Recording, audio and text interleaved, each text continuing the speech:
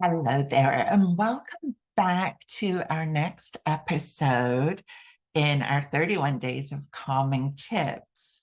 I'm your host, Karin Del Maestro, your health and calmness coach, and I'm also a breast cancer and BRCA2 thriver. Today, we are going to be talking about movement, gentle, restorative movement. Now, I think that, and this is something I can relate to because this used to be something that I used to do all the time. You may or may not know that I used to be a gym rat. I used to be a personal trainer. I was an athlete. I used to do biathlons that were a run and then a bike and then another run, similar to a triathlon, but without the swim. It was like a double run. And my way of dealing with stress and anxiety was always to sweat it out, like to go hard in the gym, go for a bike ride, go for a run, lift some heavy weights, take a spin class. Or like, because I knew that after that, I always used to feel better. And you might relate to this, right? It's something I hear all the time after breast cancer that we can't do what we did before. And what we might actually be looking for is the dopamine hit, the serotonin hit, that calmness that we feel after sweating it out and working our butts off. Now, the problem with this kind of movement, and I realize this now, it's not that it's unhealthy, but, and I recommend that it's now done in conjunction with more gentle and restorative movement. And the reason is what I recognize now, what I was doing for all of those years was I was numbing myself to my feelings. I didn't realize that. I thought I was helping myself. But what I was doing was numbing myself because I was focusing on working hard versus realizing and being honest about how I really felt, which there were some difficult feelings in there. I mean, I'm talking about, during that period of time, I went through a divorce, and it was my car accident 10 years ago that changed this for me. So I've had some time to review and adapt to and shift how I now look at movement. And so I'm going to invite you to be open to this discussion today, even if, like me, you used to be somebody that was extraordinarily athletic and energetic, and perhaps now you just don't have the energy anymore. And you might be beating yourself up for that. You might be being hard on yourself, saying, why aren't I there yet? What's wrong with me? Why can't I do this? I'm done with treatment. Why can't I be back in the gym? And you're exhausted after a 1 mile walk. I'm going to invite you right now to offer yourself some compassion, some kindness, to think about what would you say to your best friend?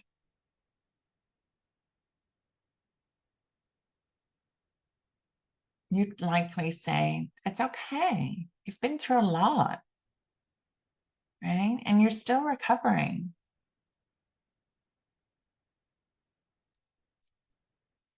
And here's a little bit of food for thought for you. If you, like me, live by one of the codes of my life that I live by, one of the rules is I like to treat people the way that I like to be treated. And if that sounds like you too, then listen up for this, because I have a question. And the question is, are you treating yourself the way that you would like to be treated? Are you showing people how to treat you? Because people learn by watching how we treat ourselves. So if you are being hard on yourself and beating yourself up all the time, and I'm raising my hand here because This used to be me for decades and decades and decades. I don't do it anymore. I think all of the women when in Thrivership School, when they joined, used to do that. They don't do it anymore because our process in Thrivership School teaches you how to unlearn that behavior where you're beating yourself up all the time. Imagine what that would feel like, right? To have that relief and have it let go. But this restorative movement piece that we're talking about today is actually part of that, and learning how to be okay with gentle movement. Now, like I said, I used to be an athlete. I used to go hard.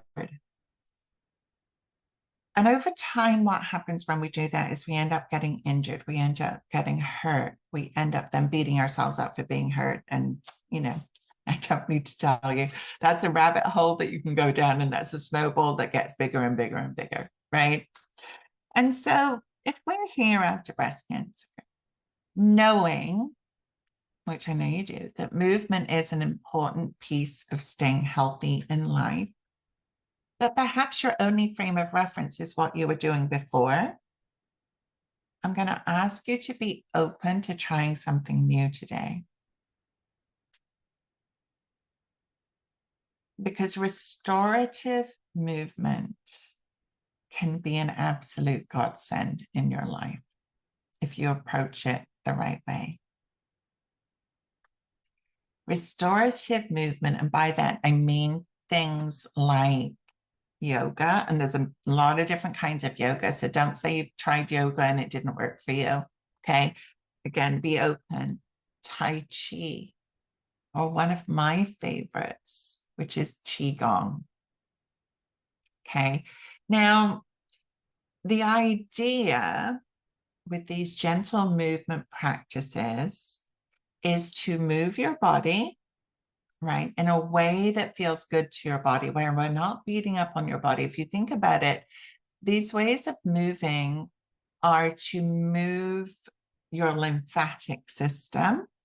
Really important that we keep that system moving. That's part of the reason why movement is really important. If you've got aches and pains, moving within what feels comfortable for you, right? But getting moving. You'll probably notice that if you've been in bed for a while, or you get up out of a chair where you've been sitting for a while, you probably hurt more, right? Until you get going. It's the same thing here. This restorative movement. Restorative movement means restoring your body, restoring your soul, restoring your mind, restoring the calm. Because you can still get that serotonin flowing, that feel-good hormone in your body by moving your body in a calm way. It doesn't have to be go hard. I promise you, it doesn't have to be. When you learn how good this kind of movement can feel, oh, it's so relaxing and so good for your soul. And so it's learning, you know, I think in society, what we've learned is go hard, right? Go hard to be healthy, to lose weight, to be fit, all of these things. And the truth, after working in health and wellness for 20 plus years, and trust me, I've seen what works and I've seen what doesn't, going hard doesn't work. We need a mix. We need to treat our body the way that we would like to treat others. So with respect, with kindness, with a virtual hug for ourselves. For ourselves. It's a mindset shift, I know. And so these slower movement, yoga, Tai Chi, Qigong, like I said, they keep the lymphatic system, that's your toxic drainage system, moving. We know our lymph nodes are really important. For any of us that I had some removed under my right arm when I went through double mastectomy, keeping that system flowing and moving is crucial to our health and wellness. If that gets stagnant, what happens is we feel more fatigued. This is why movement is so important. It keeps all of our vital systems moving and flowing and working so that we're not stuffed up inside with those toxic elements. That toxicity will cause us to feel more tired, more fatigued, more anxious, more worried, more stressed out. And so just keeping our body flowing and moving can be massively beneficial. Now, I know I'm talking about things like Tai Chi and Qigong and things that maybe you're not familiar with. Well, you can find these things locally in some of your communities, but honestly, there are so many classes online these days. There really are. In fact, the Qigong that I had the benefit of starting out doing Qigong when my husband and I lived in the Caribbean. And my dear friend Stacy, who also teaches inside Thrivership School, introduced me to a teacher down there. And he taught on a Saturday morning under the palm trees on the sand with the ocean, Caribbean Ocean at the side in a coconut grove. What a special place. And I got to practice Qigong there on Saturdays I think I did it for about 6 months or a year before we left Ireland. Now that place was so special for me and I felt so connected to it that was actually the spot that my husband and I chose to get married. And we had 120 of our dearest friends and family members there to celebrate with us. But that's where I got to learn Qigong. Now, not many of us have that kind of environment around us, myself included now. I'm no longer living in the Caribbean. So right now I do Qigong from videos on YouTube. There's somebody that I like to watch on there. I'll drop that link wherever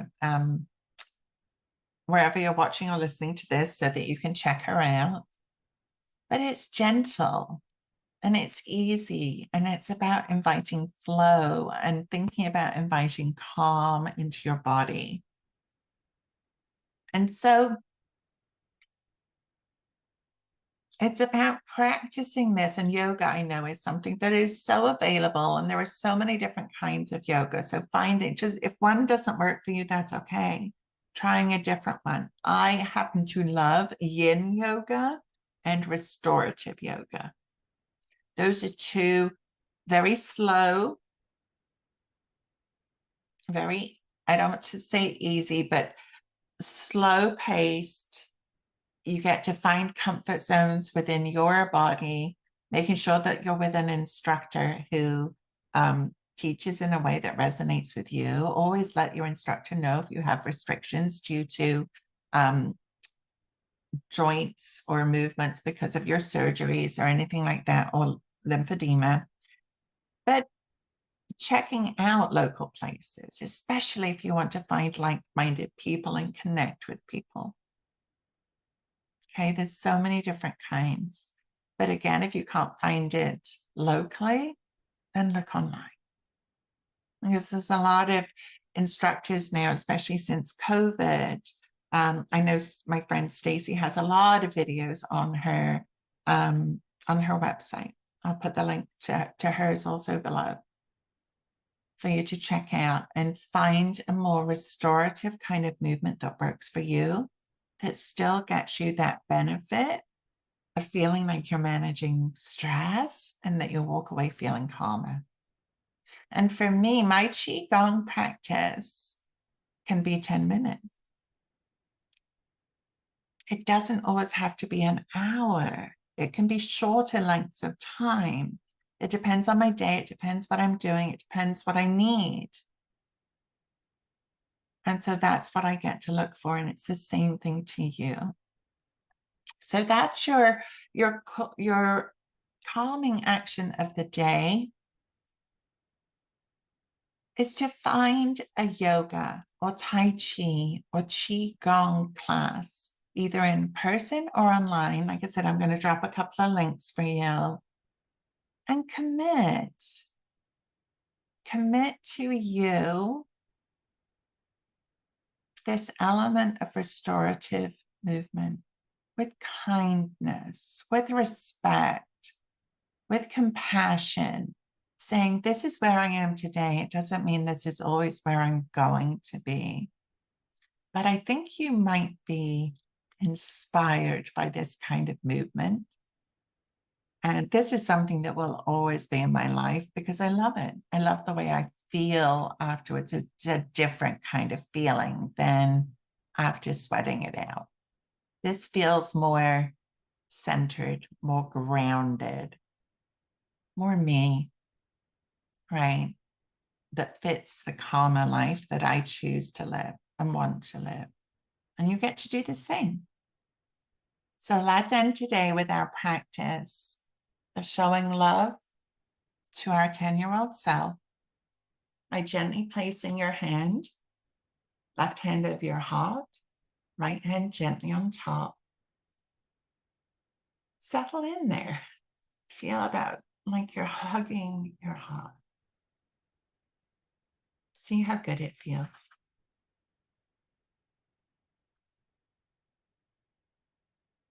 And repeat after me, either in your head or out loud, whichever you feel more called to do today. You are loved.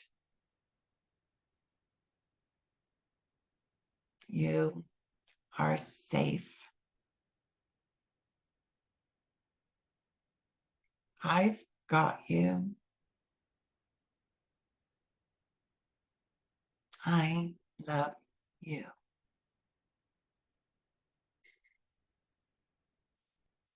Have a beautiful, calm day. Find some restorative movement. And I look forward to seeing you again tomorrow. Bye for now.